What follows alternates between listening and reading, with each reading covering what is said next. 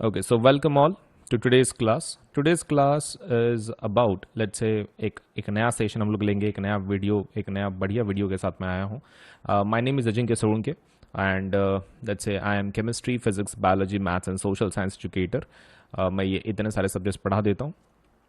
Plus Unacademy के ऊपर हर एक एग्ज़ाम के लिए जितनी भी एग्ज़ाम्स है, मेजॉरिटी ऑफ द एग्ज़ाम्स के लिए प्रिपरेटरी हमारे पास कोर्सेस हैं. आप प्रिपरेशन करवा सकते हैं, भले ही वो नीट हो, जेई हो, 6 to 10 तक हो, 11th 12th हो, लेट्स से फिर तो एमपीएससी हो, यूपीएससी हो, इट डजेंट मैटर.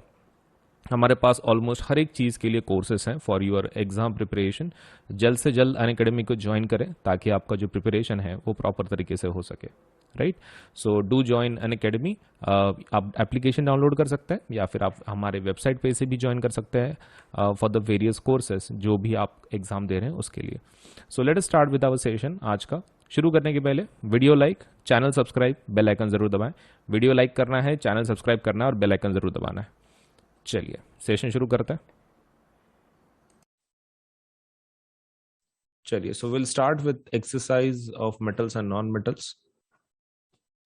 पहले क्वेश्चन का आंसर बताइए. विच of the following pairs will give displacement reaction. आपके पास डिस्प्लेसमेंट पूछा है, आप रिएक्टिविटी चेक कर रहे हैं. एज यू नो, मैं आपको वो रिएक्टिविटी लिख के भी देता हूं.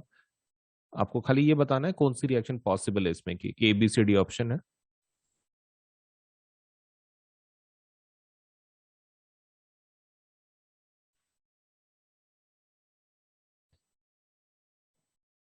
ओके, पहला रिएक्शन पॉसिबल नहीं है. तुम देख सकते हो कॉपर है यहाँ पर सोडियम है. कॉपर सोडियम को डिस्प्लेस नहीं कर सकता है, रिएक्टिविटी कम है.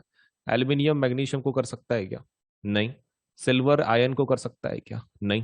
फिर ऑप्शन कौन सा बच जाता है फिर? डी. कॉपर सिल्वर को कर सकता है. द रीजन बीइंग क्योंकि कॉपर आगे है, सिल्वर पीछे है रिएक्टिविटी सीरीज में. This displacement is possible. D वाला पॉसिबल. राइट. तो हाइयर रिएक्टिविटी वाला कौन है यहाँ पर? Copper is highly reactive as compare to Ag, that is silver. तो इसलिए हो पाता है. Which of the following methods is suitable for preventing an iron frying from rusting. Okay, तो आयन का फ्राइंग पैन है, तो उसको रस्टिंग से बचाने के लिए कौन सा ऑप्शन हम लोग यूज कर सकते हैं? बोलो भी. ये तो बहुत ही आसान है. अप्लाइंग ग्रीस, पेंट, जिंक का कोटिंग, गैल्वेनाइजेशन जिसको बोलते हैं, या फिर ऑल ऑफ द अबव. ये सबसे इजी है एंड सभी ने आंसर करना है. ऐसा नहीं होना चाहिए कि बस एक ही स्टूडेंट, दो तीन स्टूडेंट हैंडफुल दे रहे हैं. It should be a let's say interactive one. सभी जनों ने आंसर देना है. सीखोगे कैसे उसके सिवा? Yes, D option. आपको सिर्फ ऑप्शन दे दो, पूरा टाइप करने की जरूरत नहीं है. आपको सिर्फ ऑप्शन दे सकते हो आप. An element reacts with oxygen to give a compound with high melting point. Okay, तो कोई एलिमेंट है जिसने ऑक्सीजन के साथ रिएक्शन करके एक हाई मेल्टिंग पॉइंट वाला कंपाउंड बनाया है. This compound is also soluble in water. पानी के अंदर घुलता भी है. The element is likely to be. ये एलिमेंट कौन सा हो सकता है? क्या लगता है? मतलब हाई मेल्टिंग पॉइंट बन रहा है उसका ऑक्सीजन के साथ रिएक्ट करके. Any idea?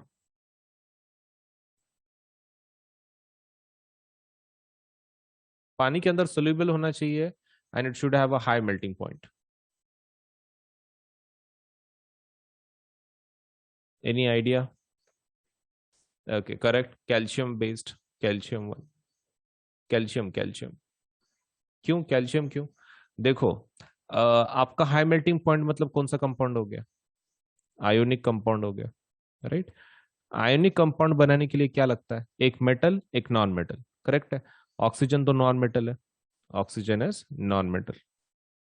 ओके, तो एक जोड़ी मिल गई तुमको. आयोनिक कंपाउंड बनाने के लिए और कौन चाहिए? मेटल चाहिए. अब ये चारों में से मेटल कौन है? कार्बन एक. कार्बन तो बिल्कुल नहीं है. सिलिकॉन भी नहीं है. आयन है, कैल्शियम है. दो ऑप्शन है आपके पास. लेकिन प्रॉब्लम ये है, वो बोल रहे हैं कि it should be soluble in water. अब तुमको पहले लेसन से याद है, अगर CaO बनता है तो वो पानी के अंदर डिजोल्व होता है. इफ यू रिमेंबर, पहले लेसन में देखा था क्विक लाइम वाला. Okay, so the answer should be A then. फिर आंसर ए होना चाहिए. हमारे पास दो ऑप्शन थे, लेकिन A is more preferable because it should also be soluble, which we already learn in lesson number 1. Food cans are coated with tin and not with zinc because. तो food cans को tin के साथ क्यों हम लोग coat करते हैं, zinc के साथ क्यों नहीं? Zinc is costlier than tin. Zinc has higher melting point. Zinc has more reactivity than tin. Zinc is less reactive than tin. ये बहुत ही आसान है। टिन के क्यों बनाने के? मतलब फूड कैन जो होता है जिसमें स्टोर्ड फूड आता है ना, वो रसगुल्ले वगैरह ऐसा पैक्ड आता है, तो दे आर जस्ट आस्किंग ऐसा क्यों? Which option should be taken? जल्दी बताओ। फूड कैंस जो होते हैं वो जिंक के क्यों लगाने के? Why not tin? मतलब जिंक के नहीं बनाने, टिन के बनाने, ऐसा क्यों? आप किसी चीज को प्रोटेक्ट कर रहे होंगे, सही है? You must be protecting something. हाँ, तो व्हाट इज दैट?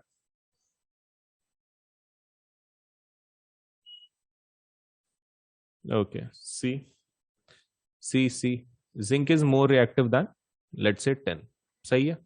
जिंक ज्यादा रिएक्टिव है टिन के कंपैरिजन में, इसलिए वो जो खाना रखा है अंदर का उसके साथ रिएक्ट कर लेगा, खाने को खराब कर देगा। इसलिए हम क्या करेंगे, जिंक की जगह पे टिन को यूज कर लेंगे। और टिन में ऐसा क्या है कि जो खाने के साथ रिएक्ट नहीं करेगा? तुमको पता है ना, tin is basically what? Tin is less reactive, right? And because of that हमारा जो जो इशू है वो होगा ही नहीं। लेस रिएक्टिविटी वाला यूज कर रहा है tin. Next question. You are given a hammer, a battery, a bulb, wires, and switch. How could you use them to distinguish between samples of metals and non-metals? Okay, तो आपको कैसे पता चलेगा कौन सा मेटल है और कौन सा नॉन मेटल है? ओके, हैमर को कैसे पता चलेगा हमको? हैमर, हैमर ये एक सपोज क्या है, कैसे पता चलेगा?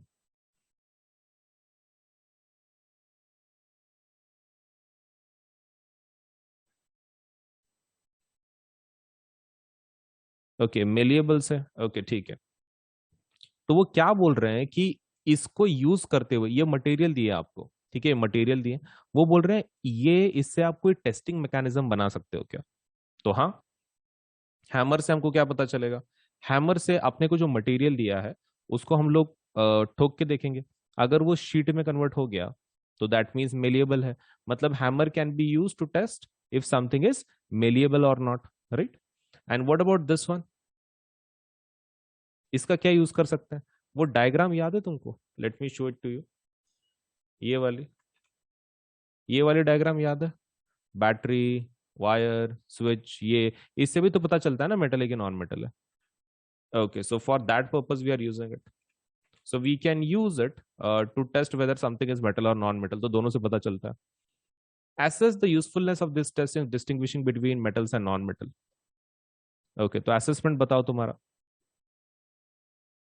कि ये सच में टेस्ट बहुत बेहतर है क्या? मतलब पता ही चल जाता है कि तुमको मेटल है कि नॉन मेटल है, क्या लगता है? मतलब ये टेस्ट फुल प्रूफ है क्या? मतलब लाइक बिना कोई प्रॉब्लम के हो ही सकता है कि? नहीं। ओके, सो रीजन क्या लिखोगे? These test are not full proof because there are always exception. Exception तो होते ही हैं। जैसे कि ये सर्किट के अंदर हमने अगर ग्राफाइट लगा दिया तो बल्ब तो ग्लो होगा, तो हमको क्या लगेगा कि हाँ ग्राफाइट मेटल है, लेकिन ग्राफाइट तो मेटल नहीं है, नॉन मेटल है। तो हेंस ये जो मेथड्स हैं these are not 100% proof because there is always a chance of exception. Okay, and तुम मुझे बता सकते हो मेन इशू क्या है? मतलब why this test are not so powerful? If you can try, I will give you the answer obviously, but if you can try and give me the answer कि क्या इशू है, ये क्यों नहीं find out कर पाते? Test ही है ना एक प्रकार का, तो प्रॉब्लम क्या है? Can we just say these are working on physical properties? Physical properties के ऊपर काम कर रही है मेथड, जिसकी वजह से इशू आ रहा है। क्योंकि अगर केमिकल प्रॉपर्टीज पे होते तो इजीली हमको पता चल जाता वो कौन है। क्योंकि कार्बन की रिएक्शंस तो होते ही ना, भले डायमंड रहो कि ग्राफाइट रहो। If you are working with chemical reactions you could easily identify a material. But with physical properties के टेस्ट के साथ हम लोगों को एक्सेप्शन मिलेंगे मिलेंगे। Are you understanding this? Please write down in the chat box if you are understanding this concept. These methods are not working because physical properties के ऊपर टेस्ट हैं ये। केमिकल प्रॉपर्टीज के होते तो 100% पता चलता। Is it okay? ओके, चलिए 5 क्वेश्चन हो गए, लेट अस सी कुछ इशू है क्या इसमें। Yeah. तो इस क्वेश्चन को थोड़ा सा मॉडिफाई कर लो। क्वेश्चन नंबर 2, उसमें हमने बोला था कि which of the following method suitable for preventing an iron frying pan, right? Okay, so खाने के लिए इस्तेमाल कर रहे हैं, obviously we cannot have all other things ये ग्रीस और पेंट नहीं लगा सकते, खाने के अंदर मिक्स हो जाएगा। तो hence we will just apply coating of zinc, ये खाने के अंदर मिक्स नहीं होगा। सो सी ऑप्शन प्लीज टिक कर लो, not the D, all of the above नहीं, applying a coating of zinc. चलिए, what are amphoteric oxide, give two examples of amphoteric oxides. Amphoteric oxide मतलब कौन रहते हैं, किसके जैसा बिहेव करते हैं, किसके जैसा बिहेव करते हैं? अच्छा, एसिड और बेस के जैसा, दोनों के जैसा बिहेव करते, राइट? एसिड और बेस के जैसा बिहेव करते हैं। एंड दो एग्जांपल, एक तो अपने बुक में एल्यूमिनियम वाला, दूसरा कौन है एल्यूमिनियम के साथ? Zinc, zinc oxide. Okay, sufficient है। Name two metals which will displace hydrogen from dilute acids and two metals which will not. Okay, काफी आसान है।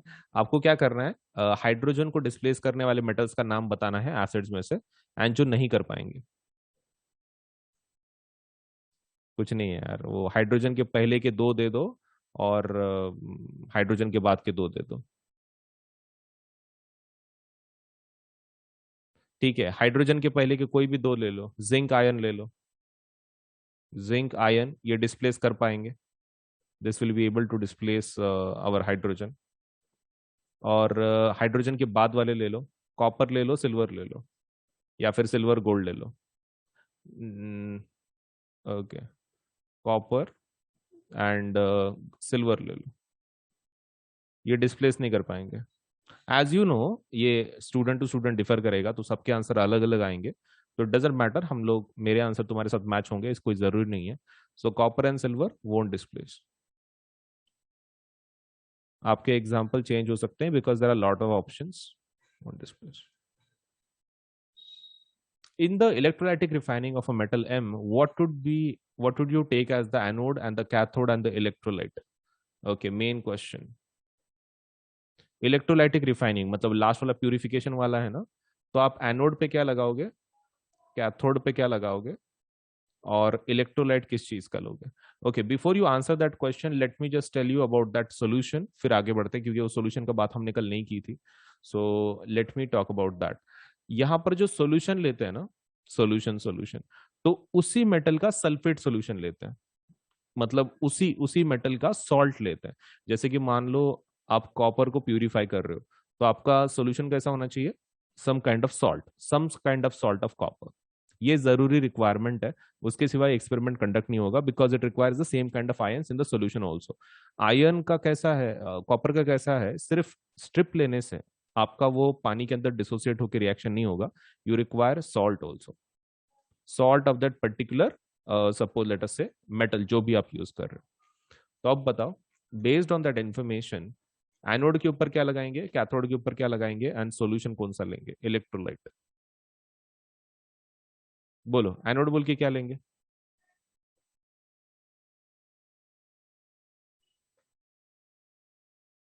Anode impure metal, okay, show anode पे इम्प्योर मेटल, हाँ सही है, सही है, क्योंकि मेटल पॉजिटिव आयन बनाता है, तो जमा किसके ऊपर होगा, कैथोड के ऊपर। तो कैथोड मतलब क्या है? अच्छा, एक्सपेरिमेंट शुरू करने के पहले कुछ लगाना पड़ता है क्या कैथोड पे? हाँ, एक छोटा सा पीस लगाना पड़ता है आपको प्योर मेटल का। ओके, तो वहां पे लिखो थिन स्ट्रिप, थिन स्ट्रिप लगानी पड़ती है आपको प्योर मेटल की, तभी जाके उसके ऊपर जमा होगा। And what should be the electrolyte? Electrolyte का कंडीशन क्या बोला मैंने तुमको? सॉल्ट सॉल्यूशन ना, salt solution of metal, agreed, salt solution of metal वो चाहिए एज अ इलेक्ट्रोलाइट। हाँ, सॉल्ट कोई भी चलेगा, it doesn't need to be sulphate only, you can use any kind of salt, आपके ऊपर है। चलिए, Pratyush took sulfur powder in a spatula and heated it. He collected the gas evolved by inverting the test tube over it, as shown in figure. What will happen of gas on dry litmus paper and moist litmus paper? देखो भाई, sulphur powder को गर्म किया है, उसके कुछ gas निकला है, वो पूछ रहे हैं कि dry litmus and moist litmus में क्या कलर चेंज आएगा, जल्दी बताओ। देखो, सल्फर जलेगा तो किसके साथ रिएक्ट करेगा? ऑक्सीजन के साथ। क्या बनाएगा? SO2। SO2 क्या है? मेटलिक के non metallic oxide? Sulphur is a non metal. Okay, तो non metallic oxide. Non metallic oxide हमारे हिसाब से कौन रहते हैं? एसिडिक। राइट, एसिडिक होता है। ओके, तो अब बताओ आंसर। ड्राई लिटमस पेपर में कुछ चेंज आएगा? ड्राई में नो चेंज। तुम्हारा सेकंड लेसन का लॉजिक लगाओ, ड्राई में चेंज नहीं आता है, दोनों में से कोई तो गीला चाहिए। What about moist litmus paper? क्या कलर चेंज देगा? ब्लू टू रेड कि रेड टू ब्लू? एसिड है भाई, जल्दी बताओ। Red to blue, blue to red, it's acid.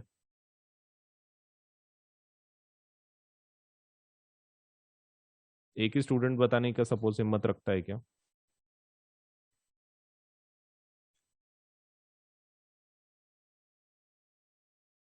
Blue to red. Okay, यहाँ पे सॉरी, ब्लू टू रेड, हाँ। Right a balanced chemical equation for the reaction taking place. Okay, वो आपका oxygen कैसे बन रहा है वो बताने का, आपको खाली उतना बताना है रिएक्शन। S+O2 gives SO2। हो गया, वेरी सिंपल। इसको सॉलिड ले लो, इसको गैस ले लो, हो गई आपकी reaction. State two ways to prevent the rusting of iron. Rusting iron के कुछ दो मेथड्स बताओ। एनी टू मेथड्स प्लीज, छोटे छोटे, कोई छोटे छोटे वाले बता दो, कोई भी दो। पेंटिंग। ओके ठीक है, painting would be fine. Galvanisation.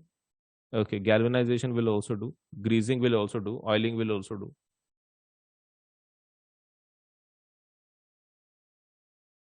What type of oxides are found when non metal combine with oxygen? बोलो भाई, किस प्रकार के ये बनाता है आपके जब नॉन मेटल ऑक्सीजन के साथ कंबाइन करता है तो किस प्रकार के ऑक्स ये बनते हैं? नेचर क्या रहता है मटेरियल का?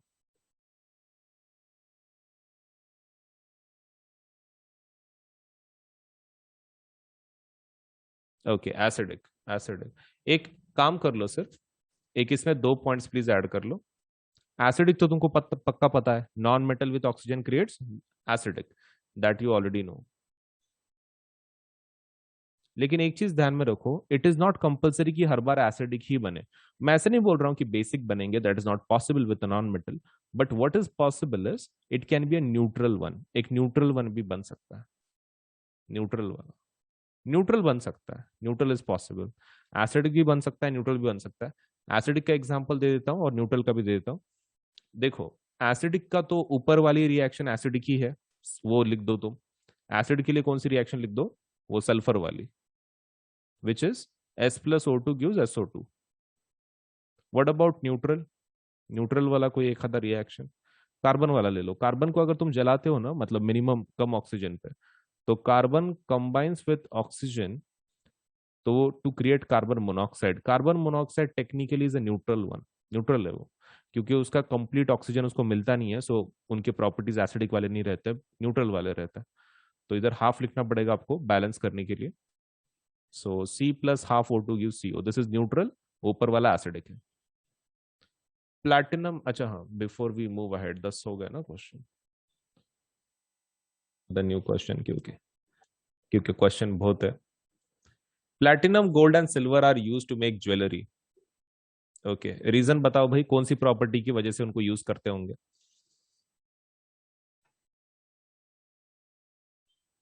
वाई? प्लैटिनम, गोल्ड, सिल्वर को क्यों यूज करते? कौन सी प्रॉपर्टी, फिजिकल प्रॉपर्टीज में से बताओ, फिजिकल प्रॉपर्टीज में से। हाँ, लस्चरस, मेलिएबल। हम्म, ये सही है। उस उनके वो डक्टिलिटी होती है उनके पास, डक्टाइल, मेलिएबल होते हैं, लस्चरस होते हैं, एंड और एक क्या, करोड नहीं होते, right. Less reactive, less reactive.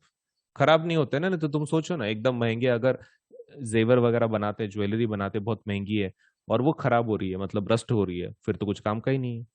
तो hence ductility, malleable, lustrous and less reactive, that is they do not corrode. These are the properties why we use platinum, gold, silver for making jewelry. Sodium, potassium and lithium are stored under under oil. Oil के अंदर क्यों store करना पड़ता है?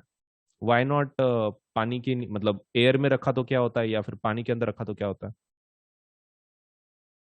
Because if you keep it in open, they react vigorously, they react vigorously किसके साथ? Air and water के साथ। They react vigorously with air and water. That's why we keep it under oil in which it doesn't react. ठीक है, ये चीज ध्यान में रखना। कुछ नहीं, विगरस रिएक्शन का लिखना है पॉइंट बस, बाकी कुछ ज्यादा बोलना नहीं है वहां पे। Aluminium is a highly reactive metal yet it is used to make utensils for cooking. Okay, बहुत ज्यादा रिएक्टिव है, लेकिन फिर भी हम लोग कुकिंग बोल के उसको यूज करते हैं, क्यों? कुकिंग के लिए क्यों यूज करना, हालांकि वो बहुत ही रिएक्टिव है? Any idea? अच्छा, गुड कंडक्टर ऑफ हीट। चलो ठीक है, दैट इज ऑल्सो फाइन। अच्छा, एक हिंट दे दूं सो दैट यू कैन आंसर। तुमको कुछ याद है? अगर मान लो मेटल को कौन खराब करता है? ऑक्सीजन। तुमको एनोडाइजिंग का कुछ याद है? क्या हम लोग ऐसा बोल सकते हैं कि ऑक्साइड उल्टा एल्यूमिनियम के लिए अच्छा रहता है? Creates a layer on it, protects it, material खराब नहीं होता है। इफ यू रिमेंबर, एल्यूमिनियम के ऊपर ऑक्साइड का एक लेयर अगर चढ़ गया, एल्यूमिनियम ऑक्साइड बनाता है, which is good for aluminium. Okay, so कौन से पॉइंट लिखेंगे बोलो सबसे पहला? हम लोग ऐसा बोले, resistant to corrosion, that is the basic reason why we use it. Resistant to corrosion. हालांकि वो भी बराबर है कि मेल्टिंग पॉइंट वगैरह ज्यादा है, फिर उसका कंडक्शन अच्छा है, बट बेसिक रीजन क्या है? Resistant to corrosion. और क्यों करोजन को रेजिस्टेंट है? क्योंकि उसके ऊपर किस चीज का लेयर है? ऑक्साइड का, aluminium oxide layer. Aluminium oxide layer है उसके ऊपर, विच प्रोटेक्ट्स इट। ओके, बाकी वो तुम दो पॉइंट ऐड कर सकते हो, ठीक है? Good conductor of heat and high melting point, वो तुम ऐड कर सकते हो। Good conductor of heat and high melting point. So vigorously air and water के साथ रिएक्ट करता है, ये ऊपर वाला है, और नीचे वाला resistant to corrosion and good conductor of heat, high melting point, इतना आप लिख सकते हैं। चलिए, carbonates and sulphide ores are usually converted into oxide during the process of extraction. Okay, तो वो बोल रहे हैं अगर आपके ओर के अंदर कार्बोनेट या फिर सल्फाइड है, उसको ऑक्साइड में हम लोग क्यों कन्वर्ट करते हैं? बिकॉज, हाँ, सही सही रीजन है। One of the student has given the very perfect answer that the reason is that it's very easy to extract metals from the oxides rather than from carbonates and sulfides. बस उतना ही लिखना है। easy to easy to extract easy to extract metals from oxides, इसलिए करते हैं हम लोग, rather than तुम्हारा carbonates and sulfides. You must have seen tarnished copper vessels being cleaned with lemon or tamarind juice. Tarnish मतलब क्या? मतलब खराब हुए वाले कॉपर के, ऐसे वो करोजन कुछ हो गया उसके ऊपर वगैरह। तो वो बोल रहे हैं कि इसको हम लोग लेमन या फिर टैमरिंड से क्यों साफ करते हैं, मतलब नींबू से घिस के। तुमने कभी बार देखा होगा ना, घर में कुछ बर्तन को नींबू से घिसा जा रहा है। तो वो पूछ रहे हैं ऐसा क्यों, मतलब explain why these sour substances are effective in cleaning the vessels. Any idea कैसे क्लीन कर लेते हैं हम लोग?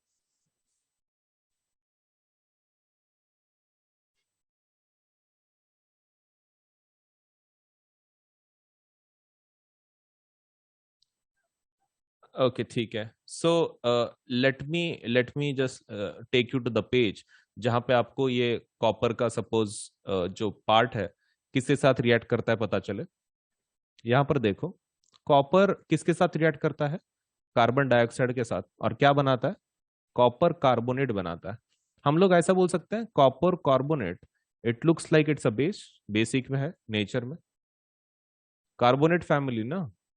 हाँ, तो बेसिक, कार्बोनेट्स बेसिकली बेसिक होते हैं, राइट?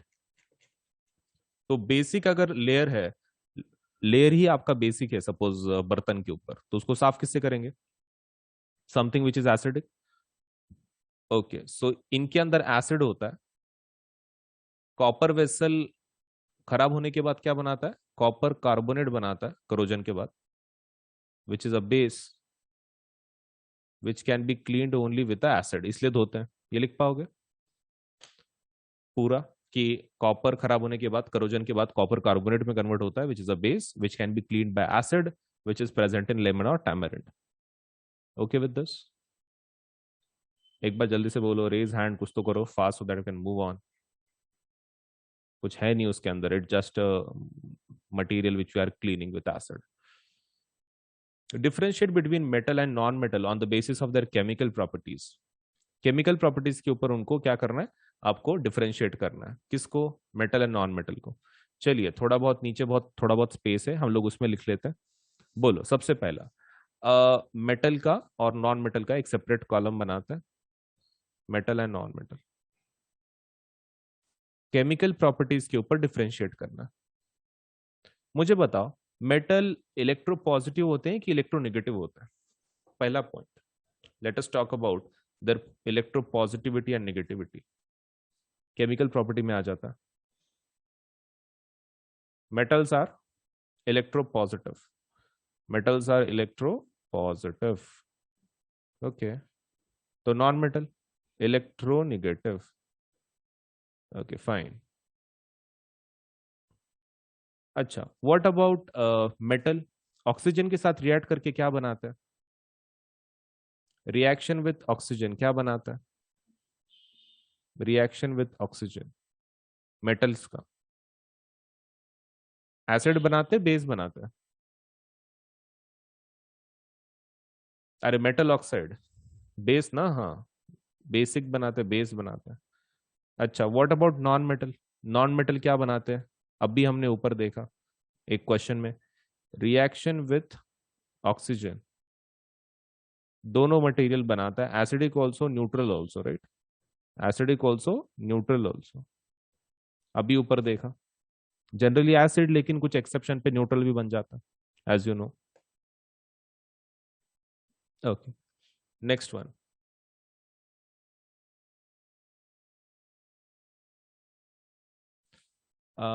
मुझे एक चीज बताओ, सपोज इसके साथ रिएक्शन कैसे है उनके, पानी के साथ? पानी के साथ रिएक्शन कैसे है, मतलब क्या बनाते हैं metal? Can I take you to that page so that you can answer? Metal पानी के साथ कौन से प्रोडक्ट बनाता है? ये देख लो, ये दो दिख रहा है पानी के साथ के रिएक्शंस। ऑक्साइड्स एंड हाइड्रोक्साइड्स बोल सकते हैं, with water reaction, oxides and hydroxides. Okay, तो चलो लिख लो, reaction with water, reaction with water क्या बनाता है? Hydroxides and oxides, right? Oxides and hydroxides. अच्छा, what about non metal? Non metal react करेंगे क्या पानी के साथ? पानी के साथ रिएक्ट करके कुछ बोलेंगे, करेंगे नहीं, okay, won't react, won't react with water. इसलिए तो अपने बुक में वो रिएक्शन नहीं है, नहीं तो दिए रहते हैं उन्होंने। व्हाट अबाउट, मुझे एक चीज बताओ, अगर एसिड के साथ रिएक्ट करते हैं तो क्या बनाते हैं? मेटल एसिड का रिएक्शन याद है तुमको? मेटल और एसिड का रिएक्शन क्या बनाते हैं, कुछ याद है? मतलब जिनके होते हैं, तुमको पता है देयर आर एक्सेप्शंस, कुछ एसिड के साथ रिएक्शन नहीं करते, लेकिन जिनके साथ होते हैं मैं पूछ रहा हूँ। Metal plus acid, zinc plus HCl। Okay, तो बेसिकली सॉल्ट एंड क्या बनाता है? हाइड्रोजन गैस को इवॉल्व करते, right? Okay, so reaction with acid, reaction with acid, they create, they create what? Salt and क्या? Salt and hydrogen gas. Okay, और what about non metals? Non metal क्या करते हैं? ओके, तो एक चीज ध्यान में रखना है कि ये नॉन मेटल वाले हाइड्रोजन से भी गए गुजरे रहते हैं। एसिड के साथ क्यों रिएक्शन होती है किसी मेटल की, जैसे कि जिंक ले लो, HCl ले लो, ये रिएक्शन क्यों हो पाती है? क्योंकि जिंक हाइड्रोजन को डिस्प्लेस कर देता है। अब ये जो नॉन मेटल है ना, वो हाइड्रोजन से भी गए गुजरे हैं, मतलब हाइड्रोजन से भी रिएक्टिविटी कम है। ऑब्वियसली अब तुम बताओ, अगर कोई ऐसा सामने कुछ एक ग्रुप है कि जो हाइड्रोजन को रिप्लेस नहीं कर पा रहा है, तो रिएक्शन होगी क्या? नहीं। ओके, तो क्या लिखेंगे फिर नॉन मेटल को? They do not react with dilute acids. Do not react with dilute acids.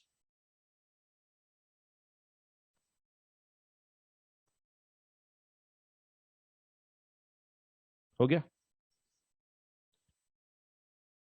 Okay, अब आगे का बताओ। क्या मेटल सॉल्ट सॉल्यूशन में से डिस्प्लेस कर सकते हैं किसी को?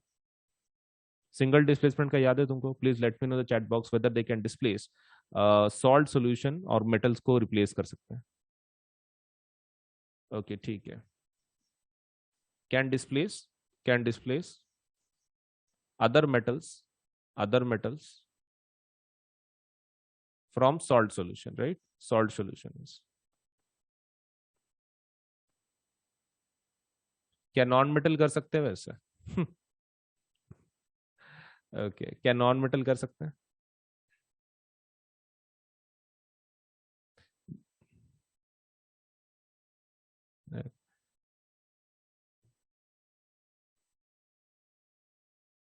टेक्निकली देखो, प्रॉब्लम कैसा है ना कि मेटल्स जनरली कैसा रहता है, जब वो रिएक्ट करते हैं तो सॉल्ट मेटल मतलब मेटलिक सॉल्ट रहता है। और जब आपका suppose let us say when you are talking about non metals, तो they react with the salt solutions of non metals, non metal के जो सॉल्ट सॉल्यूशन है उसके साथ। तो टेक्निकली दिस पॉइंट कैसा है ना, एक जैसा ही हो रहा है। वो डिफरेंशिएट बोला है ना उन्होंने, कंपेयर नहीं बोला है। ओके ठीक है, पांचों वाले पॉइंट को हम लोग रिमूव कर देंगे because technically they can both let say उनके सॉल्ट के साथ रिएक्शन कर सकते हैं वो लोग। कंपैरिजन अगर होता तो लिख देते हम लोग, लेकिन उन्होंने डिफरेंशिएट बोला है, मतलब सेपरेट चाहिए। ओके, कुछ और कुछ याद आ रहा है पॉइंट? बोलो। Can we talk about reduction and इसका क्या बोलते हैं, ऑक्सीडेशन? तुमको याद है मैंने ऑक्सीडेशन का तुमको क्या एग्जाम्पल इसका बोला था, about losing and gaining of electrons? कुछ याद है? लियो का कुछ बोला था मैंने। Loss of electrons is oxidation. LEO, L मतलब लॉस, ई मतलब सपोज इलेक्ट्रॉन्स, और ओ मतलब क्या, ऑक्सीजन, ऑक्सीडेशन। मतलब loss of electrons is called as oxidation. अब तुम बताओ, अगर मेरे पास मेटल है, क्या वो ऐसा बिहेव करते हैं? Do you agree? They create something like this, Na plus and E minus, agreed? ऐसा कुछ बनाता है, सही है। Okay, so can we say they are undergoing oxidation because they are losing electrons? What about non-metal? Non-metal के बारे में क्या कहना चाहते हो? क्लोरीन को ले लो ना, क्लोरीन को ले लो।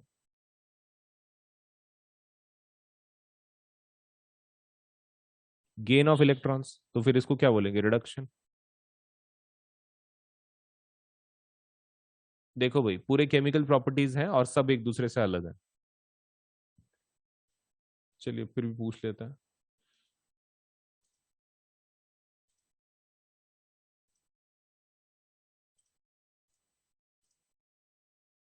सो question is, a man went door to door posing as a goldsmith. तो एक पर्सन डोर टू डोर जा रहा है गोल्ड स्मिथ बोल के। He promise to bring back the glitter of old and dull gold ornaments. Okay, an unsuspecting lady gave a set of gold bangles to him, which he dipped in a particular solution. The bangles sparkled like new, but their weight was reduced drastically. The lady was upset, but after a futile argument, the man beat a hasty retreat. Can you play the detective to find out the nature of the solution he had used?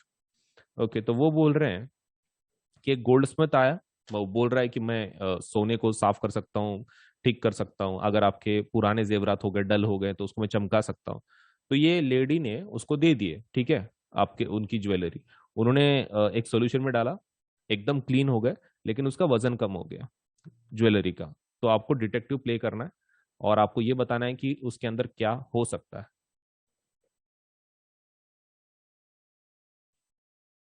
अच्छा चलो, मैं तुमको hint दे देता हूँ।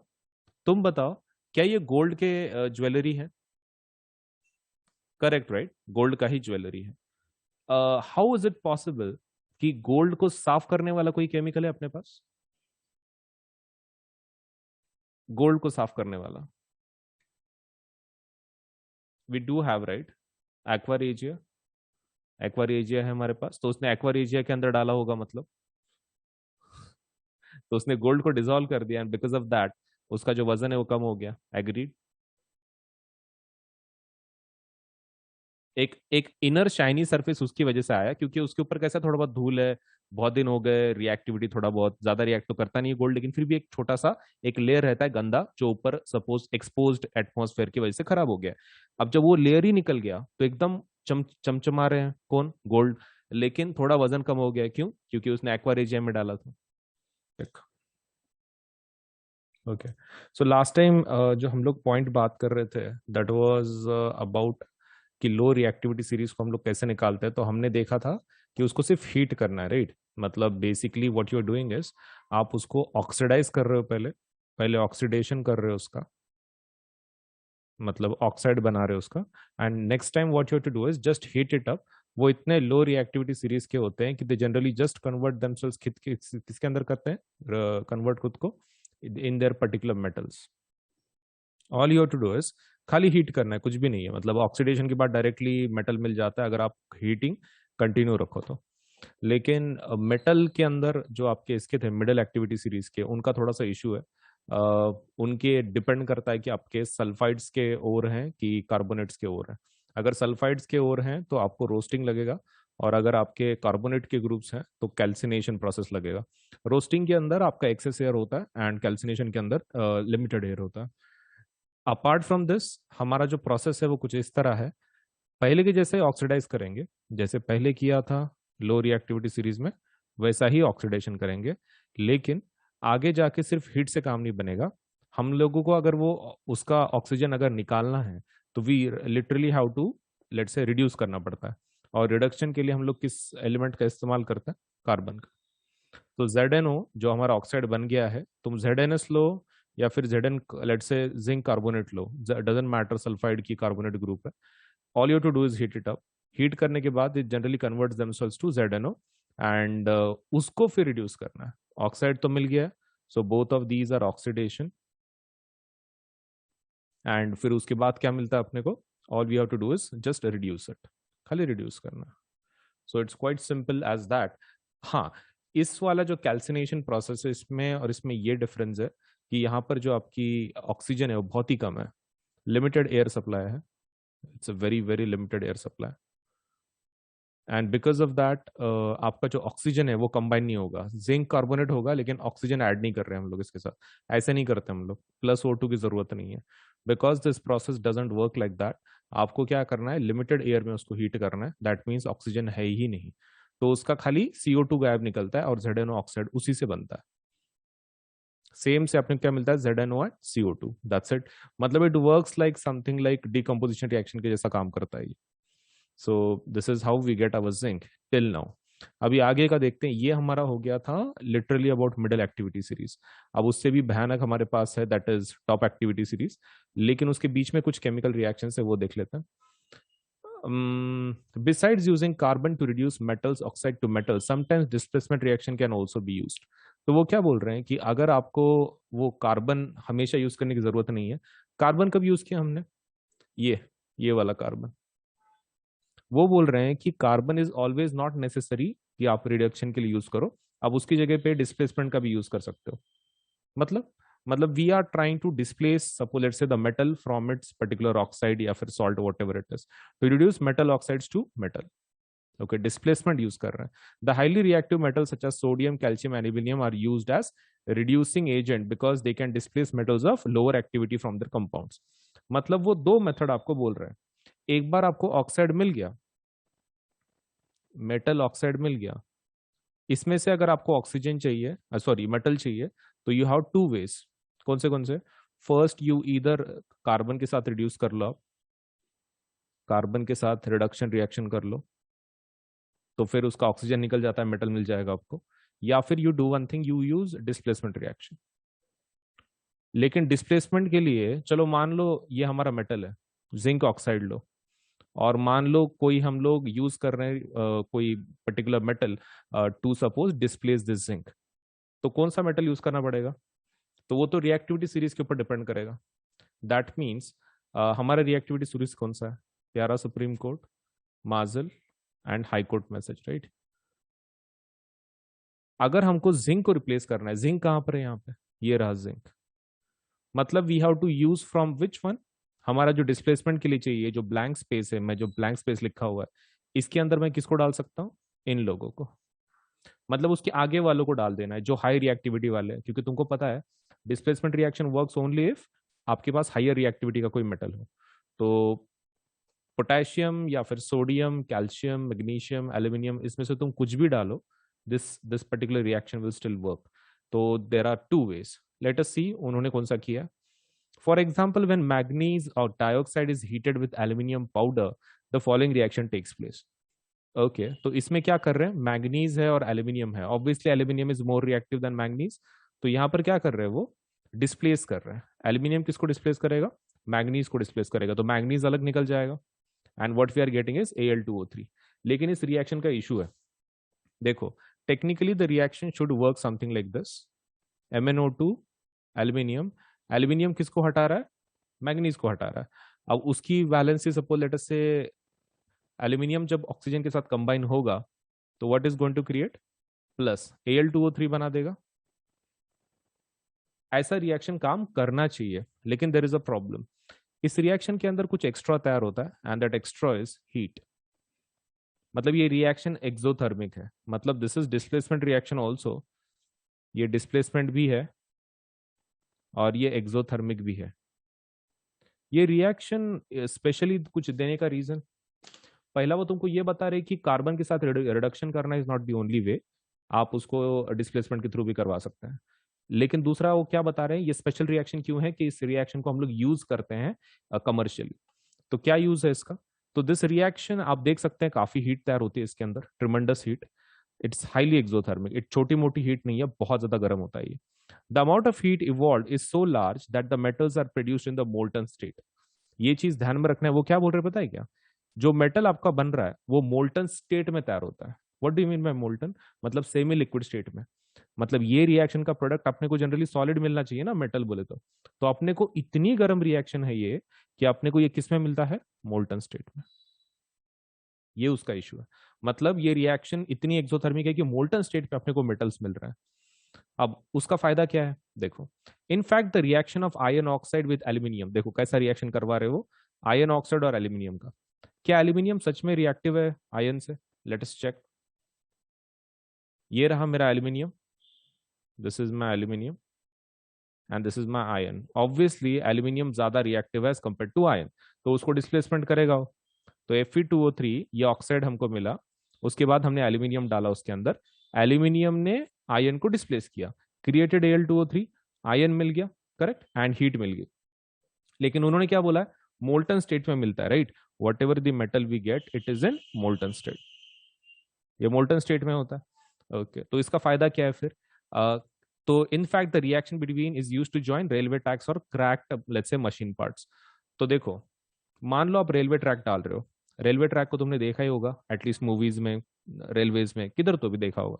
तो जो tracks होती हैं वो किसके बने वाले रहते हैं, आयरन पीसेस, राइट।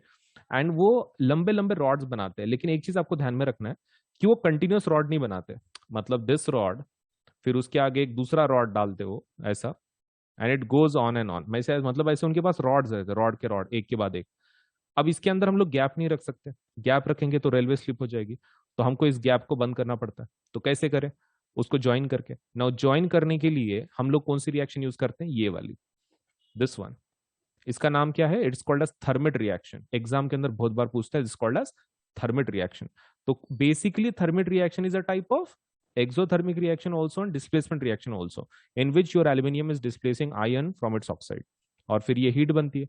हीट के बाद कैसा, ही आपका मोल्टन बन रहा है ना आयन, वो एकदम मेल्ट लिक्विड स्टेट में रहता है, तो वो उस गैप में भर जाता है, वो जो आपका जो गैप है ना बीच में, उस गैप में वो भर जाता है, मेल्ट मेल्ट होके मोल्टन स्टेट में, और फिर ठंडा हो जाता है, ठंडा होने के बाद इन दोनों का जो जॉइंट है वो बन जाएगा।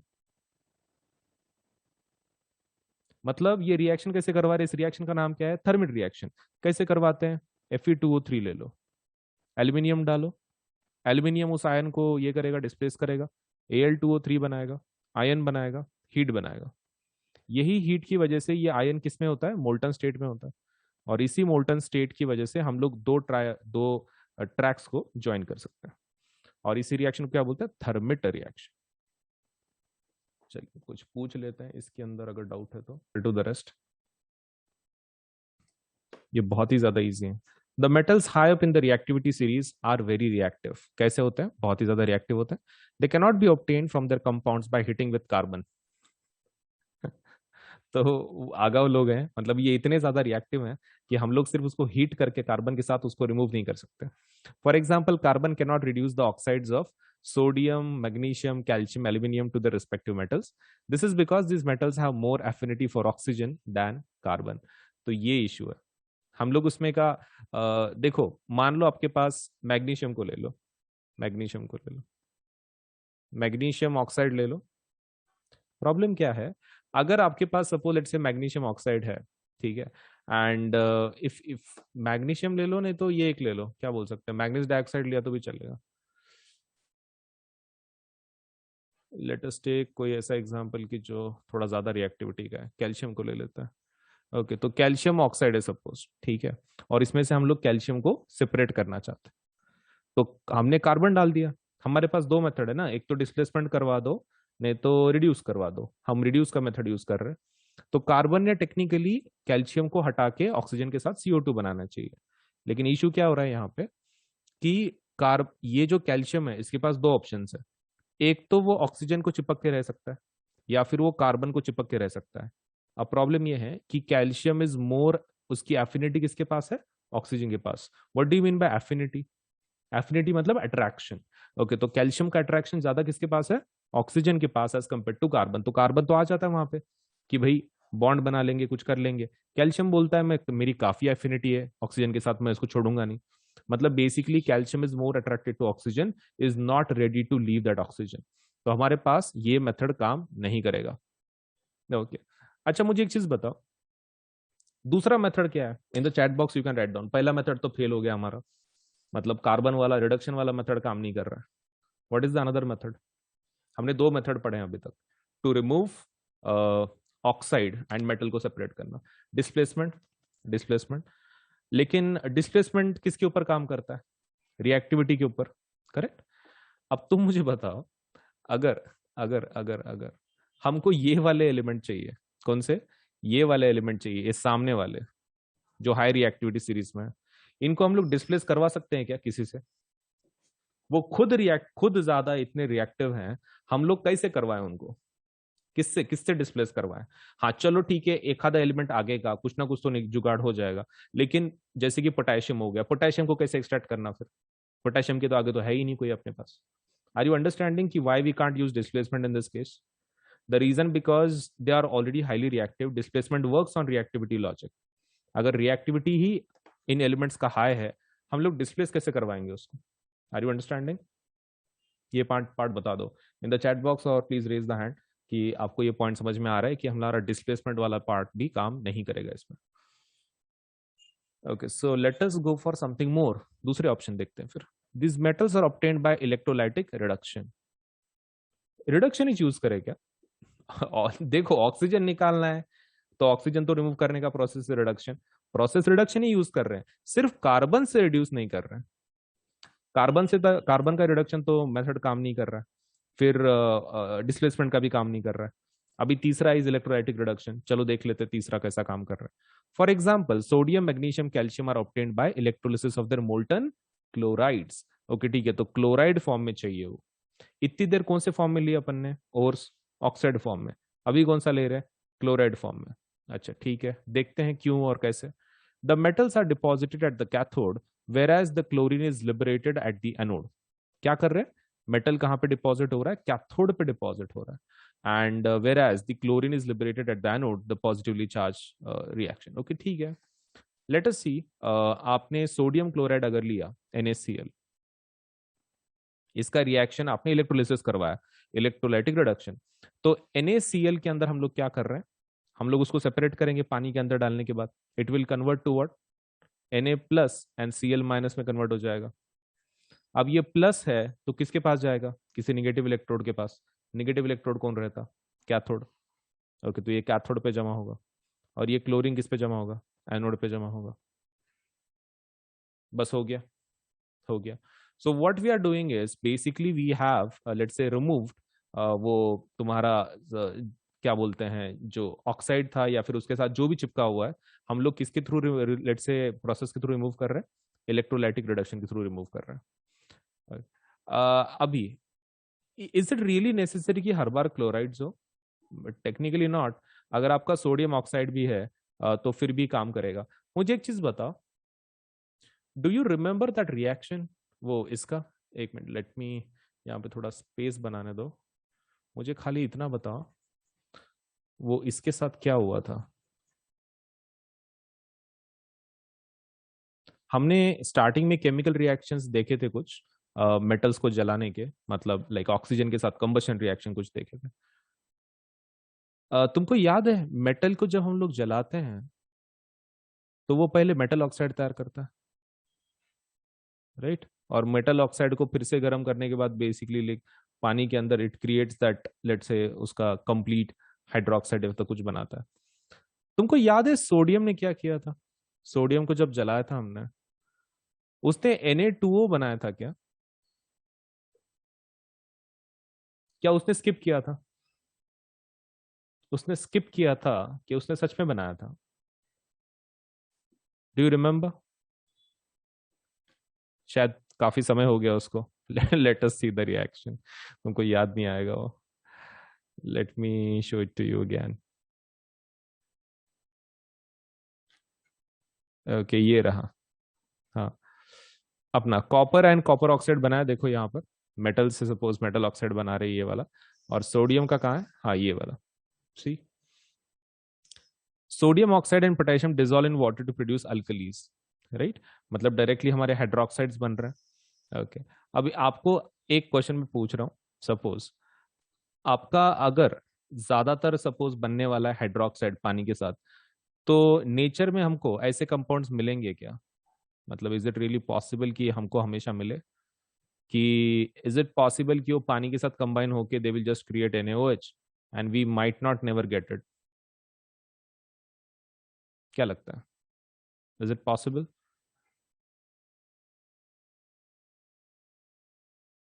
समझ में आ रहा है कि तुमको ऑक्सीजन रहो कि क्लोराइड रहो, इट डजेंट मैटर किसके साथ है, लेकिन इसका क्या इशू है Na2O का, this is highly unstable, unstable है। आपका NaCl कैसा है, सॉल्ट है, इट इज वेरी स्टेबल, तो उसका हम लोग कैसे इलेक्ट्रोलाइटिक रिडक्शन करवा सकते हैं। लेकिन आपका जो Na2O है, पानी में डालने के बाद क्या बनेगा बोलो? ये रिएक्शन सपोज मान लो यही रिएक्शन हम लोग कर रहे हैं, ये रिडक्शन वाली, Na2O को पानी में डाल दिया हमने, अभी थोड़ी देर पहले देखा क्या होता है, क्या बनाते हैं ये लोग? अगर Na2 और H2O पानी में डाल दिया, क्या बनाएगा? कमेंट सेक्शन में जल्दी से बताओ, which compound will be created if you are adding Na2O in H2H2O? Very easy, कौन सा कंपाउंड बनाएगा? NaOH taken twice, NaOH taken twice कि NaOH ट्वाइस क्यों बनाएगा? NaOH रहता है ना, हाइड्रोक्साइड का वैलेंसी 1, सोडियम का 1, NaOH। ओके, सो NaOH अगर तुम्हारा बना है, इसको सेपरेट करना जरा हार्ड है, राइट? NaOH तुम्हारा केमिकल बन रहा है, राइट? इसको तुम सेपरेट करने के लिए काफी मुश्किल जाएगा तुमको, obviously you can separate, but to separate this to Na plus and OH minus would be quite difficult, क्योंकि ये काफी स्टेबल कंपाउंड है। तो इसकी जगह पे हम लोग किसको यूज करते हैं, क्लोराइड फॉर्म्स की। इज इट पॉसिबल कि हम लोग इससे भी करवा दें? यस, लेकिन the most preferable way is कि आप उसके क्लोराइड यूज कर लो, rather than going for sodium oxide you go for sodium chlorides, that will be more correct, उससे आपको जल्दी से मिल जाएगा विदाउट एनी इशू। ठीक है, चलिए अब मुझे एक चीज बताओ, ये रिएक्शन कैसी होगी तुम्हारी वो एल एल्यूमिनियम की, एल्यूमिनियम की अगर हम लोग रिएक्शन करवा ही रहे हैं, तो एल्यूमिनियम को कैसे करवाएंगे? कौन सा लेंगे, ऑक्साइड लेंगे, क्लोराइड लेंगे? इतना डिस्कशन में एटलीस्ट तुमको उतना तो समझ में आ गया होगा। एल्यूमिनियम को अगर रिमूव करना है इलेक्ट्रोलाइटिक रिडक्शन से, what we will do, would will we take chloride और ऑक्साइड? अभी देखे ना यार, come on. Okay, only one, सिर्फ एक ही दे पा रहे answer. What about others? Chloride. Okay ठीक है, तो क्लोराइड यूज करेंगे हम लोग। क्लोराइड को यूज करके हमारी रिएक्शन हो जाएगी फिर। AlCl3 को पानी में डालेंगे, it will create Al3+ and तुम्हारा Cl-। एल्यूमिनियम किधर जमा होगा? चलो जल्दी से बताओ, एल्यूमिनियम किधर जमा होगा? एल्यूमिनियम पॉजिटिव है, कैथोड की एनोड? पानी में डाल दिया हमने, Al3+ बन गया cathode. Okay, and what about Cl- anode? हो गया, हो गया, आपका पार्ट उतना हो गया। सो let me just ask it.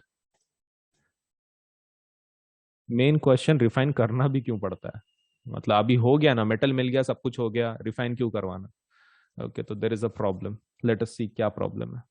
The metals produced by various reduction process described above are not very pure.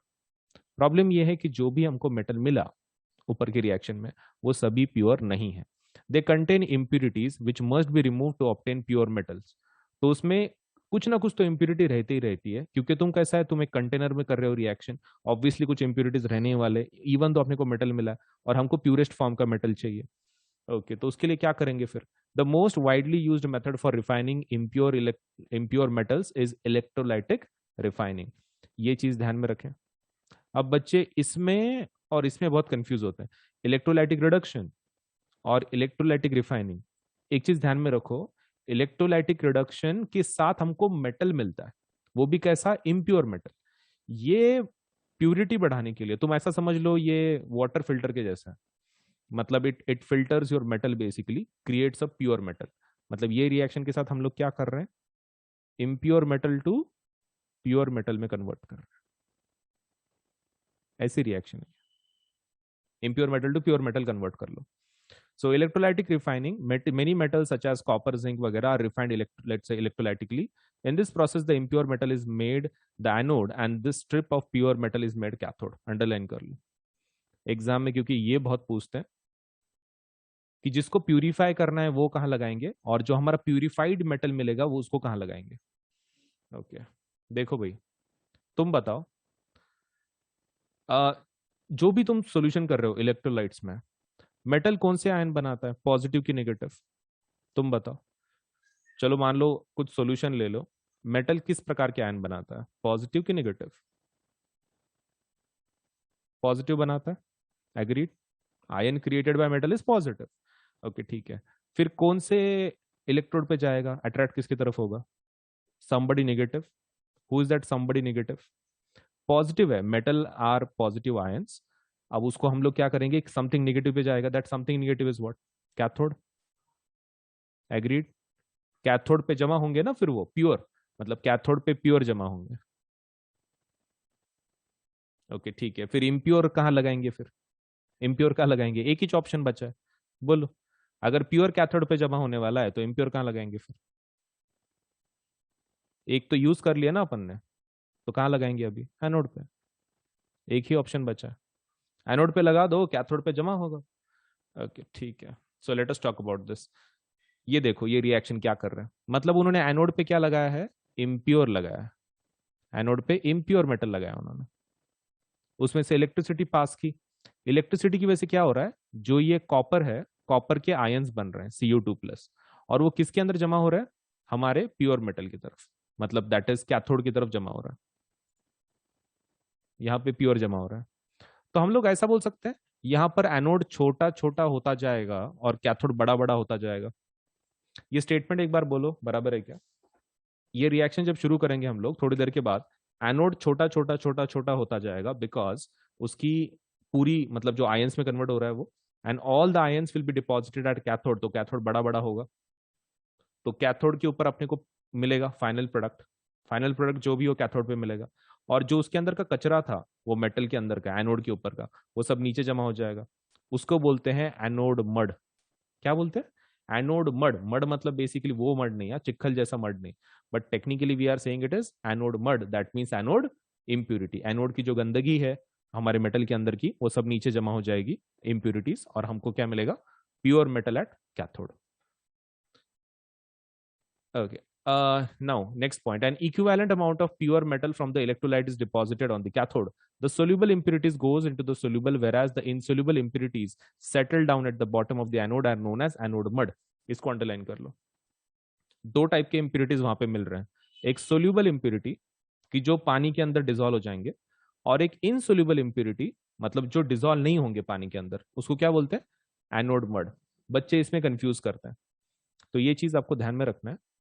Anode mud ये इंप्यूरिटी है, लेकिन कैसी? इनसोल्यूबल. और सोल्यूबल इंप्यूरिटी कहां गई फिर? पानी में. सोल्यूबल इंप्यूरिटी कहां गई? पानी में गई. Okay. Water solution.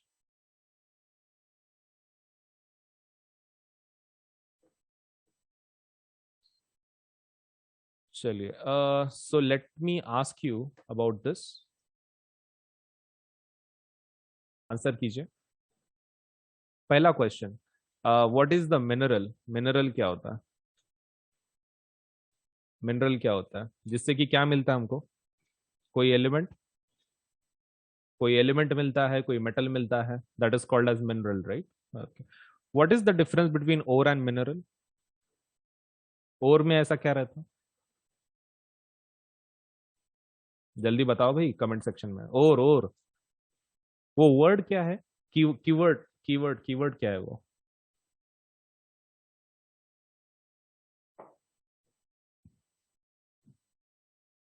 Ore is a mineral. Ore is a mineral. हाँ, लेकिन कैसा? Ore is a mineral from which a certain element or metal can be extracted profitably. Profitably निकाल सकते, वही ना commercially. मतलब the keyword we are looking for is profitably or commercially. commercial value जिसका. Gang के बारे में बताओ. गैंग क्या होता है? what is gang? कैच करना. तुम्हारे को एक भी आंसर कैसे नहीं आ रहा है?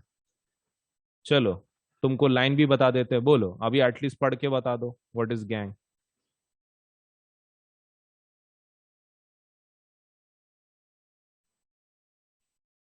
चैट सेक्शन में लिखो भाई. कीवर्ड्स लिख दो एटलीस्ट. पूरा सेंटेंस लिखने की जरूरत नहीं है, लेकिन एटलीस्ट कीवर्ड्स. गैंग क्या है? एक वर्ड में बता दो.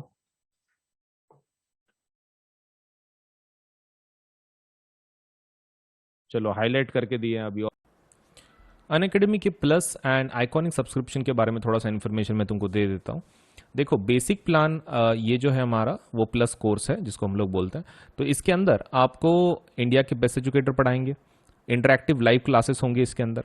Live test series and quizzes भी होंगे. स्ट्रक्चर्ड कोर्सेस एंड पीडीएफ मिलेंगे आपको. लाइव टेस्ट में कैसा है, आपके परफॉर्मेंस चेकिंग में आपको मदद होगी. इंटरैक्टिव लाइव क्लासेस मतलब हमारे पास ऑडियो फीचर भी है. इसके अंदर आप टीचर के साथ इंटरैक्ट कर सकते हैं directly. Raise a hand feature बोलते हैं हम लोग उसको. इसका मतलब ये है कि आप स्टूडेंट डायरेक्टली टीचर से बात कर सकता है. तो दैट इज अनदर फीचर की जो हमने दिया है. तो प्लस बहुत ही इंटरैक्टिव लाइव क्लासेस होती हैं, ऐसे मोनोटोनस क्लासेस नहीं होती हैं. Iconic courses. अब आइकॉनिक कोर्सेस क्या है? आइकॉनिक प्लस का एडवांस्ड वर्जन है. So it is your, you can take your CBSE preparation to the next level with personal mentor. तो आपको इसके अंदर एक मेंटर असाइन किया जाता है. This is something new. Plus के सभी फीचर आपको मिलेंगे, लेकिन इसके कुछ खुद के एक्स्ट्रा फीचर्स हैं. जैसे कि आपको एक पर्सनल मेंटर असाइन किया जाता है. लाइव डाउट सोल्यूशन होता है, मतलब लाइव लेक्चर में सपोज से आप एक लाइव सेशंस कुछ होंगे, उसके अंदर आप डायरेक्टली डाउट पूछ सकते हैं, आपको उसका आंसर मिल जाएगा. उसके बाद parent connect program. Parent connect program में आपके पेरेंट आपके मेंटर के साथ बात कर सकते हैं. अगर उनको सपोलेट से कुछ प्रॉब्लम सॉल्व करनी है, आपके रिगार्डिंग कुछ परफॉर्मेंस पूछनी है, या फिर कुछ और इंप्रूवमेंट करवाना है, तो they can talk with the mentor. And second thing is last, study planner. आपको इसमें स्टडी प्लानर भी दिया जाता है. तो इतने सारे फीचर्स हैं आइकॉनिक के. सो उनके जो रेट्स हैं वो एक बार रेट्स देख लो. सीबीएसई देखो रेट्स कैसे हैं, यहां पर 4 हिस्सों में डिवाइडेड है. ये 9th के लिए है और ये 10th के लिए. ये जो रेट्स हैं वो प्लस के हैं, ये जो रेट्स हैं वो आइकॉनिक के. Plus, iconic. तो आप देख सकते हैं कि यहां पर अलग अलग रेट्स हैं, राइट? तो अगर आप 10th स्टैंडर्ड में हैं तो आपका रेट होगा एक साल की, अगर आप बात कर रहे हो 15,000, या फिर सपोज लेट्स से 28,000 फॉर आइकॉनिक कोर्सेस. ये प्लस का रेट है, ये आइकॉनिक का रेट है. Next thing is 12 months for this thing. आपके 9 स्टैंडर्ड के लिए तो 15,000 रेट होगा, 28,000 फॉर आइकॉनिक सब्सक्रिप्शन। इन दोनों के ऊपर 10% डिस्काउंट मिल सकता है।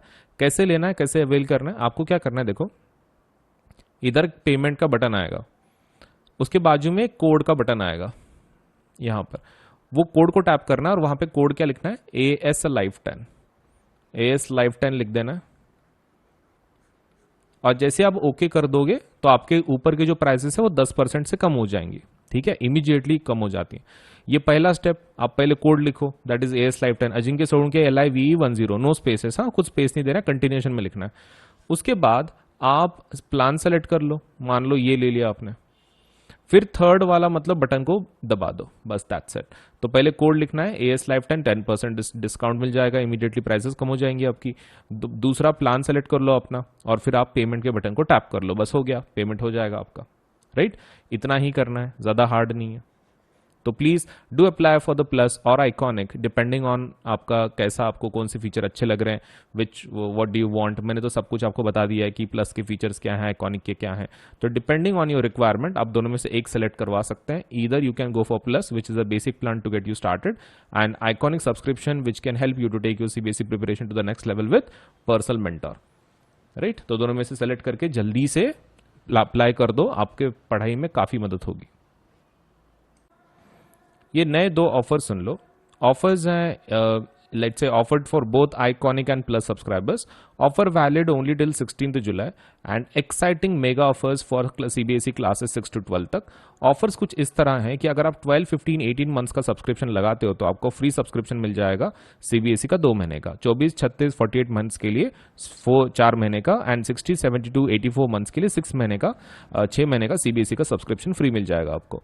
क्रिएटिव कॉर्नर अगर आप 12, 15, 18 की बात करते हो तो 2 महीने का फ्री, 24, 36, 48 तो 4 मंथ्स का फ्री, एंड 60, 72 एंड 84 मंथ्स का अगर आप सब्सक्रिप्शन लगाते हो तो आपको 6 मंथ्स का क्रिएटिव कॉर्नर सब्सक्रिप्शन फ्री में मिल जाएगा। तो flat 10% discount on purchasing plus subscription for all duration, 10% का डिस्काउंट सभी के ऊपर अवेलेबल है। उसके लिए आपको खाली यूज करना है द कोड AS Live 10।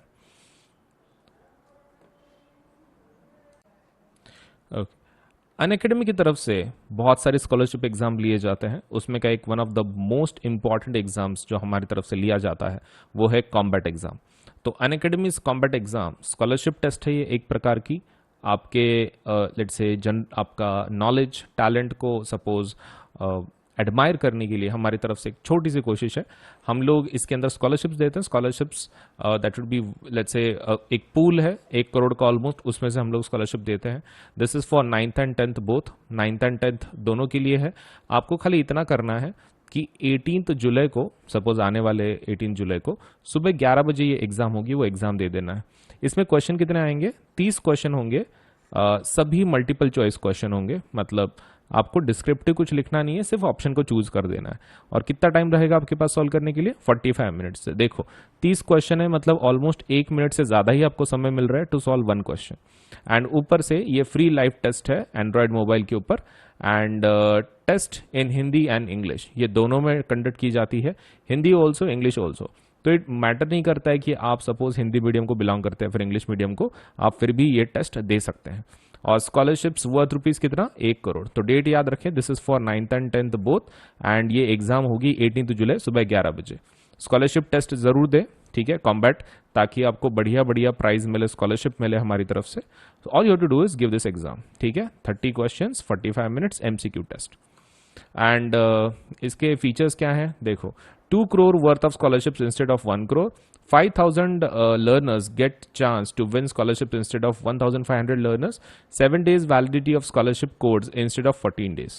तो 14 डेज की जगह पे 7 दिन का वैलिडिटी होगा। तो इतने सारे फीचर्स हैं कॉम्बैट के, जरूर दे दो आने वाले संडे के एग्जाम को। तो एनरोल अभी कर लो, ठीक है, आज ही कर लो, अभी कर लो ये वीडियो देखने के बाद, सो दैट आपका ये एग्जाम आप दे पाओ। देखिए, आपको अगर 10% डिस्काउंट चाहिए कोई भी प्लस या फिर आइकॉनिक कोर्सेज पे, आपको खाली इस कोड का इस्तेमाल करना है। जब भी आप पेमेंट करें, all you have to do is use this code that is AS Live 10, Ajinkya Solanke LIVE10। आप ये कोड का इस्तेमाल कर सकते हैं पेमेंट करते वक्त, और भले ही आप कोई भी कोर्स को अप्लाई कर रहे हो, मतलब 6 to 10, 11, 12 सभी जितने भी कोर्सेस हैं अनअकैडमी की तरफ से सबके ऊपर आपको 10% डिस्काउंट मिल जाएगा with the use of this code. तो ये कोड का इस्तेमाल करें ASLive10 और 10% डिस्काउंट ले आपके कोई भी कोर्स के ऊपर, ठीक है। ASLIVE10।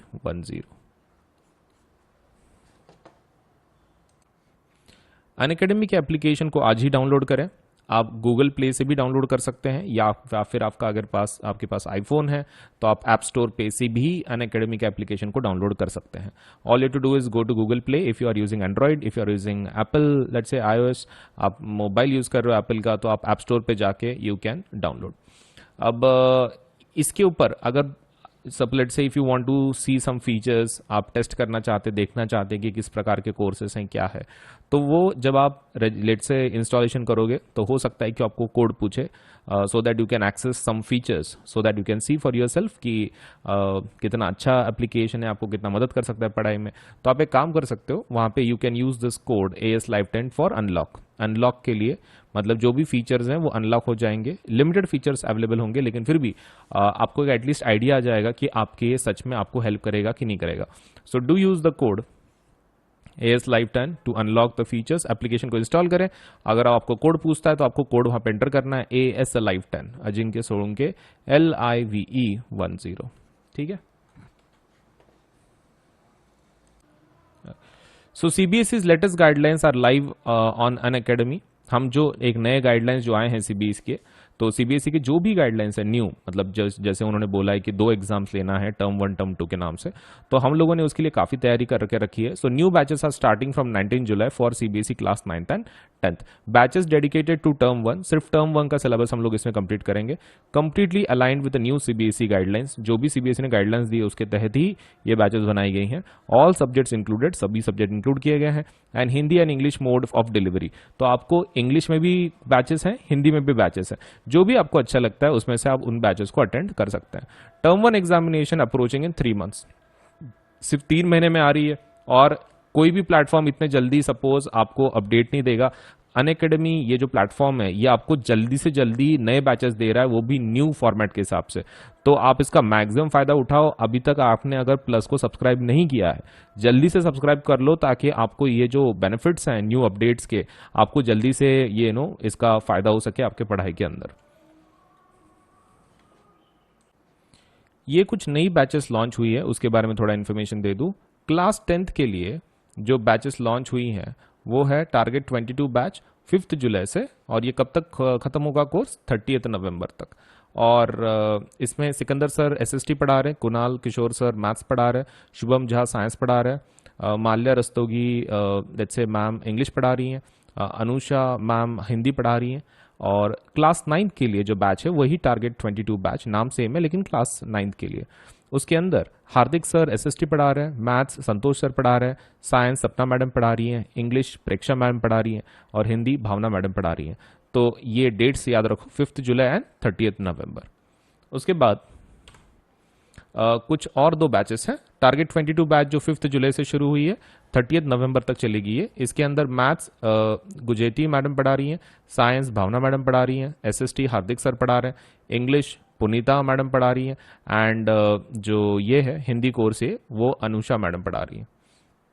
उसके बाद 9th का जो बैच है उसके अंदर target 22 batch SST Sikandar sir पढ़ा रहे हैं, मैथ्स ब्रिजेश सर पढ़ा रहे हैं, साइंस अक्षय सर पढ़ा रहे हैं, इंग्लिश प्रेक्षा मैडम पढ़ा रही हैं, और हिंदी भावना मैडम पढ़ा रही हैं। सो ये बैचेस में ज़रूर एनरोल करें, और हर मंडे एक नई बैच लॉन्च हो जाती है, तो ज़रूर एनरोल करें ताकि आपका जो प्रिपरेशन है 9th एंड 10th का वो बहुत ही प्रॉपर तरीके से हो सके। तो ये न्यू बैचेस है और हर मंडे हम लोग एक नई बैच लॉन्च कर देते हैं, तो आपके प्रिपरेशन में काफ़ी मदद हो जाती है।